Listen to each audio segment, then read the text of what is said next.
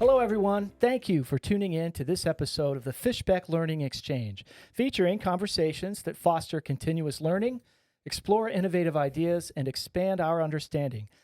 I'm your host, Chris Frilen, a marketing coordinator here at the firm, and I'm joined today by senior design architects Ingy El-Hennawy and Steve Romkema. Steve is the architectural design director and marketing director for the department. Ingy is design team leader. You got it. Good, good. Welcome to both of you. Thank you for joining us. Okay, our topic today is fairly nebulous, at least in my mind. So it's Fishbeck's approach to design, like within architecture. If I think I got that right. Yep. So our aim is to try to get a good definition of this term, the best that we can. And then sort of see this philosophy in action through some project examples and see how it aligns with our initiatives that we have as a firm. And also hopefully inspire others to see its value and maybe take little pieces and parts of it where they can in their disciplines. So I think it's important maybe to start then with, as I do a lot of the time, with definitions. So can you, either of you, both of you, please kind of walk us through Fishbeck's approach to design within architecture, particularly highlighting this pre-design phase, and maybe why that's considered such a pivotal step in the overall design process. So I think it really starts with building around some core ideas of the value of design and how we respond to certain aspects. Context is a huge part of what we are looking at, whether that's the existing built environment around a project, the budget, the users. We want to engage contextually and have very contextual responses ultimately. Another key piece of it is really understanding big picture and making sure that what we're designing for isn't just a 5-year outlook. We're looking at the larger ideas around the projects, so that our designs can ultimately embrace and be sustainable for 20, 30, 40, 50 years. Pre-design is that opportunity for us to really build our understanding of what our clients' needs are. It's fundamentally rooted in that idea of being a trusted advisor. And it's our opportunity to explore and leave no stone unturned, if you will, in terms of what are the possible outcomes. Ingy, do you want to add anything to that? I think it's looking at the bigger picture, but also zooming in and zooming out. It's a process that's ongoing, seeing bigger picture, seeing small details, and just reading it all, questioning everything. Okay. So I work with the teams that I typically serve in marketing are engineer focused. And I bring that up because that's in my mind, it seems, and in my experience, it's a very linear sort of design methodology. So I'm wondering how this approach differs from this linear methodology, if significantly, or maybe it doesn't, but I'm curious about that. And then if so, I'm sure it's for a benefit. So I'm kind of curious what these benefits, that sort of flexibility has. Yeah, a big part of what we do is living in a period of ambiguity, right? There's no clear answers. We spend, I would say, 90% of our time trying to just figure out what is the problem that we're trying to address, right? We're designing spaces for humans, and humans are inherently very complex individuals. And everybody has their own needs, own demands, own personal preferences on space and how they interact with their environments. And being able to really weed through all of that and synthesize a ton of information is a core part of what we're doing. And that front end of the projects where Ingy and I spend the mass majority of our time is not clear. And to Ingy's point, it's about questioning everything and exploring all the possible outcomes. And it's really about ultimately getting to a point where we're setting a direction And then the design process continues on throughout the entire project and even into construction and into post-occupancy as we look for feedback loops to really inform the next project and how we can design it better the second time and the third time and the fourth time and the fifth time. I think just to add on this, I think it takes patience. You don't want to really jump to conclusions or solutions. You don't want to fix it right away. You really want to be patient. Learn everything about the users, how they do their work, why they do it the way they do it, what's not working for them, what's doing it. Like we really take the time to understand and listen. Then we know when we do a solution that is the right solution. It makes sense. It does, I promise. Okay. But when you said, there's not a lot of answers, or there's no clear answers or definite answers, something like that.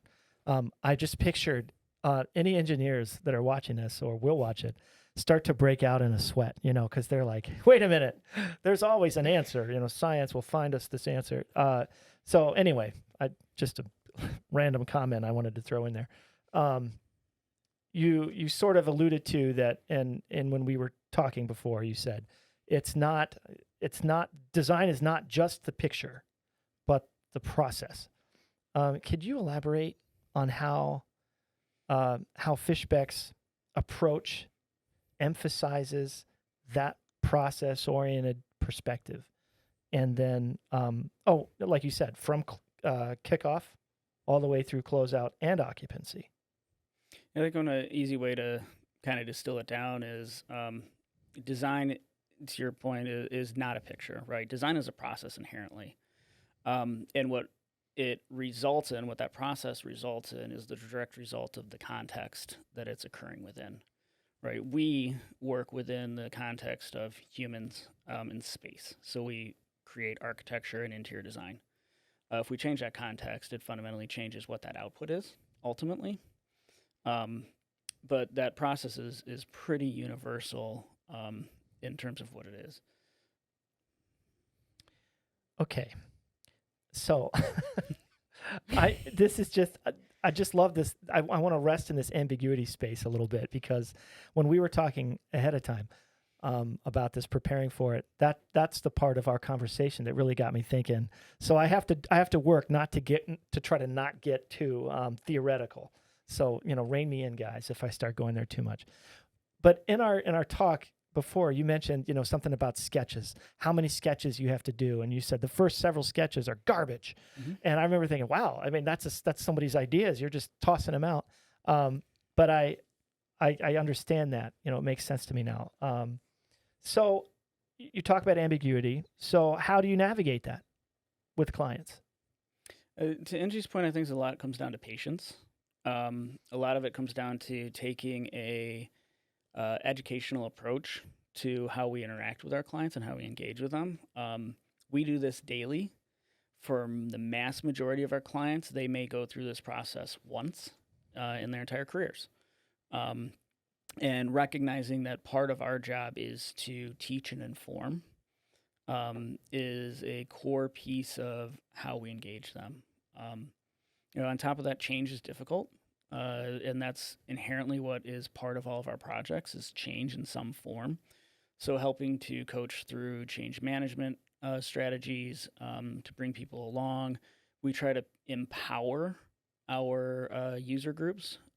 Feeding America is a great example where we gave them the tools to map out their own building, and then we distill that information down into an actual built environment ultimately. I like this focus to specific examples of places that you've talking about contextuality in Feeding America. What are some details about that where the contextuality really is? You can give a good example of how that played into the Feeding America project, for example. I think with Feeding America and even the Western Michigan Geological Repository project, budget constraints were huge pieces of that. And the way that we were able to address that on Feeding America was to look not at the types of spaces that they wanted. So they wanted like a multi-purpose room, a demonstration kitchen, all these independent spaces, and look more at the functionality and the grander vision that they have for their facility, which was about bringing community in, providing additional training opportunities for those facing food scarcity. And we were able to reconcile a $6 million budget deficit by making that shift away from space to really functions and goals. And by doing that, we were able to develop a program and a design that provided multifunctionality for several of the spaces that allowed them to do all the things they wanted to do, but we're just not doing it in dedicated spaces anymore. And that was a key part of that. And that really gets back to the human factor. Instead of focusing on the space, maybe more about how the people use it or interact with it or respond to it. And it gets back to how are we creating values for the clients, right? The easy answer when that budget deficit came up was to cut out scope, right? Well, we technically cut out scope, but in the process of looking at all possible scenarios, we were able to find one that provided that opportunity to still do what they wanted to do, just within a smaller footprint, ultimately. Okay. I think a good example too is Western Repository, which is what we call a rock box around here. But A rock box? it's technically a warehouse that stores rocks, right? Okay. But the thing that it's focusing on the function, so you want to store that amount of things. Now, let's see how you store that. Let's see what options do you get. And that really impacts what the footprint you really want and being able to come to the budget and whatnot. So that not focusing on what they have now and really looking at what are other options of storage you can do. You can, what can changes you make to make it more efficient and fit within the budget. And it's really... And to do those things, it requires a multidiscipline effort, right? We need to have all of our engineers on board, understanding what the project's trying to achieve, so that they can start to put together narratives to understand costs. Shout out to Mike Alsgaard on his front-end estimating, and getting those numbers for us so that we can have those, what are often very tough conversations with the client about the realities and costs of construction. Staying in contextual space right now, School of Medicine at Oakland U. This is another example, I'm told, of contextual architecture. Can you give me an example or explain why or how it was used there? Do you want to get the first part? Go for it. I think OU, there's a lot that's going on with this project that's really, starting with context is, understanding really from the phase one of that, study piece to it and getting to know what their vision is and all their goals and really testing out what all the possibilities that things they didn't really think of could be an option and allowing them to make that decision. But then moving on to when we got the project awarded and, when the scope, we were added other spaces to it and that changed circumstances. And when circumstances change, that's where we question things, right? So we again, well, you added these spaces, remember these goals. Well, now we can actually achieve these by doing that, so and so, and adding these study spaces and whatnot. And then the really interesting part is following that along through construction. Right now, this project is in construction. And there is a leakage problem. There are spaces that are in the basement, and there's a water leakage problem. And That's not our fault. That's not our fault. Noted. Not our fault. But looking at this problem and our solution, our engineers are, you need to excavate, then you need to really fix this waterproofing issue. But then we looked at it, well, this is a change. How about we add more daylight into this basement? And how about we, change this into an opportunity? And that's something that, they didn't think of. But it was really, it's a really bad problem. And the outcome is a really good, achieving the goals that we heard 2 years ago, which was really... And it all starts with those initial robust conversations about visioning and goals for the project, so that we can root everything back into that. So if class or offices in that case that were offline to us in the initial planning all of a sudden become available, we can start to say, okay, how could we leverage these and what do these look like? And a lot of those first conversations that we have with the client are, it's like 10 minutes of work, really. And it's just asking the question, right? And once we get the response, we move forward. One way or the other, we move forward. So there's almost an innate power to these exploratory conversations that you may have with the designer, with other designers on the team, with the client for sure. And it seems like that's a good example of that in action. What makes, when you said bold questions, what makes a question bold in this context? I think School of Medicine is a good example of that, where the initial scope was to dress up a hallway. They wanted to create a gateway, and it was basically dress up a hallway. But we established some clear goals for the project, and we're able to look at several different strategies to accomplish those goals. And the one that actually did was something that nobody was expecting, which was put a large addition onto the building. But we were able to, say, here's your goals. We looked at, I don't know how many different iterations of, let's say, playing by the rules to accomplish those, and none of them would. So we started to look a little bit more bolder about, okay, if this is what you truly want to do, this is what you have to do to achieve it. So we do want to make sure that we're not just putting ideas out there that, are within budget, if you will, in many cases, or expected.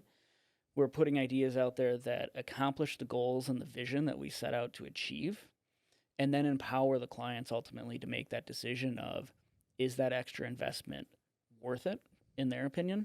And in this case of School of Medicine, we literally had a score sheet of, here's the 10 goals. This one does 6 of them. This one does 4 of them. This one does 2 of them. Which direction do you want to go? We had cost estimates so that they understood the magnitude of their decision. It wasn't just something they were taking without all the necessary information to make a wise, informed decision. It seems like not only do clients come to the table with preconceived notions, like dress up this hallway, but designers can too. So this approach empowers maybe designers to ask these bold questions, because you don't know which way it's going to go, especially once that beautiful thing happens where you actually start that, I know you hate it, pre-design. You kind of have that pre-design moment where like, what if we did this? And there's all this, I'm going to say it, synergy. There's all this synergy happening. I just think that's an interesting place to explore. And I'm sure that gives you guys kind of a charge. You get excited about your work. We had talked a little bit in preparation about the Grand Rapids master plan. And I know there was a lot of space and there was a lot of questions asked there. Can you kind of walk us through that one a little bit, and how our design approach affected that project and how it turned out? Yeah, is turning out. That's a very, very complicated project, and I'm going to focus on one aspect of it, which was the space needs side of it. But for those who aren't familiar, the Grand Rapids Facility Master Plan was looking predominantly at their administrative workspaces across the entire city.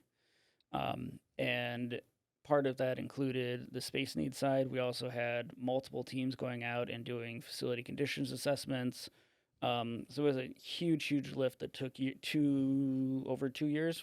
I think the final report, or the draft of the report, went out 2 weeks ago now, to figure out what is the best path forward for the city.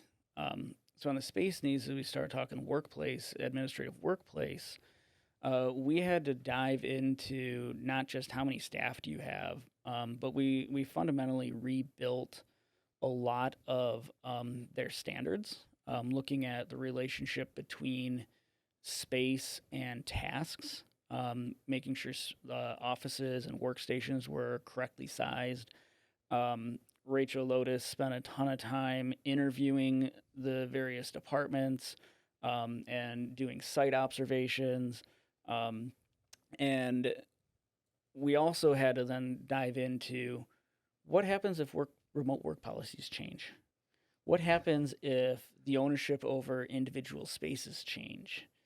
And these are all very, very complicated and interconnected issues.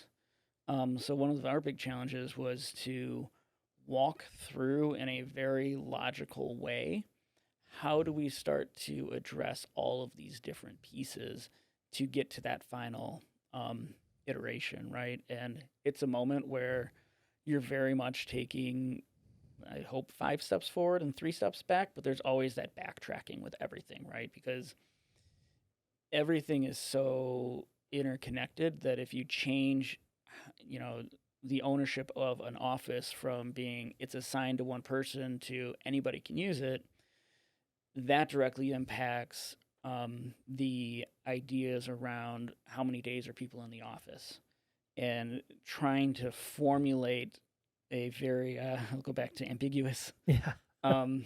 situation into a solid solution. But a lot of that just came down to mapping out the steps, leveraging our past experience in our workplace, our growing experience within workplace. Ingy's done it a lot too with Detroit Diesel, and it's something that our clients are seeing a lot of value in, because we're taking that time to deep dive things, as well as which ultimately results in us being handed more work with these clients too. You said earlier on in your definition, we said, it's not, design is not the picture, it's the process. But there is an element of big picture thinking involved here, obviously. And I know that that's probably, I know that's an area we want to cover, talking about particularly Michigan State. And I know we have a rendering. I don't know if we're ready to go to it yet or not, but here it is. We're up. This has to do with, Ingy, I'm going to let you talk about this. So this is Michigan State University chilled water plant. So it is an equipment building. It's not a people's building. And you really think of it as it's just a box, infrastructure for feeding that. But when you question that, like, why is the university investing in their infrastructure and why are they doing this building? Well, it's because they have a commitment to sustainability and they want to better their infrastructure. So that of itself is a driver, right? You can really start to think of the building differently. You can really showcase what you're doing on campus. And it's going from that idea of, what is the opportunity here? And then seeing all the context and all the questions that relates to it. So you start with placing it on site. What is the opportunities in there? Like what is next to it? What does it look in now, and how does it fit in the future master plan?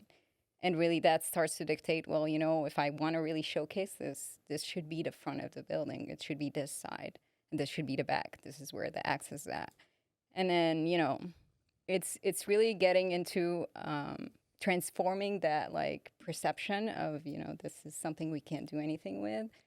And it's been really, really exciting process to see how that transformed to an extent that we are, thinking of integrating digital displays that students can start to interact with, or artwork even. It's challenging what was not there.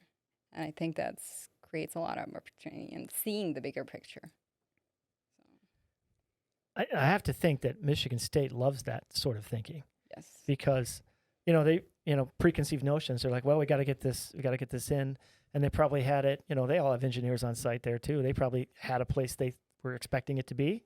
Yes. Okay. There was a study made, and I think that's our first, questioning of this when we started to look at it differently. I think that was like a moment of, whoa, because it's again, this idea of, you had a solution in mind, you had a study made, you looked at it, but when you understand everything else and you look at something else, that makes a lot of sense. That moment of, but you don't jump to it. You take the time to really question everything. So then it makes sense when you do the approach, you present your approach, right? So did it change the siting from the initial? Yes. Okay. And I think, from my understanding, and if I'm wrong, just call me out. Did it free up space for? It did. So like if you can things? see in the diagram, like us changing the location and the design of the building, having it more compact and having a basement in it, it really opened up more space on site for future development. So that's another opportunity also. And all of this goes back to, it helps us continue to deliver excellence for our clients, because everybody's competing, everybody's trying to win the work and then do a good job, and for us, we need to really have that value that we bring. And so having these good examples that we can show and point to, I'm not sure what Michigan State's going to do with that space, but be nice that if they decide to put a big building on it and it's within our goals to pursue it, that they remember, hey, we even have this space because Right. Fishbeck approached this in a way that made sense for us and helped us meet our goals too. And I think that's worth the price of admission, so to speak. Yes, you were about to say something. Yeah, I think one of the other benefits of questioning things and diving deep to understand our clients' needs is we build that trust with them, that we are looking out for their best interests, and which falls right in line with the whole ethos of being a trusted advisor. And 9 times out of 10, that will result in us having add-on work with them. School of Med is a great example of what started as a very small project, grew and grew and grew and grew. But that's because Ingy and the rest of the team have developed that level of trust with that client, that when we bring something up, they listen, right? And they know we're doing it in their best interest ultimately. This has been really interesting. We're running out of time, and we have to kind of wrap this up. But I know that there's other big things in the works architecturally. I know I'm excited about that, but more to come from the architectural department. So that's all the time we have for today's episode. Thank you both for coming on here and sharing your passion for what you do and what you bring to the firm. And shedding some light on what can be ambiguous and nebulous, but we have to be comfortable there. For now, I'm Chris Frilen. I'm alongside Ingy El-Hennawy and Steve Romkema, and this has been the Learning Exchange. Until next time.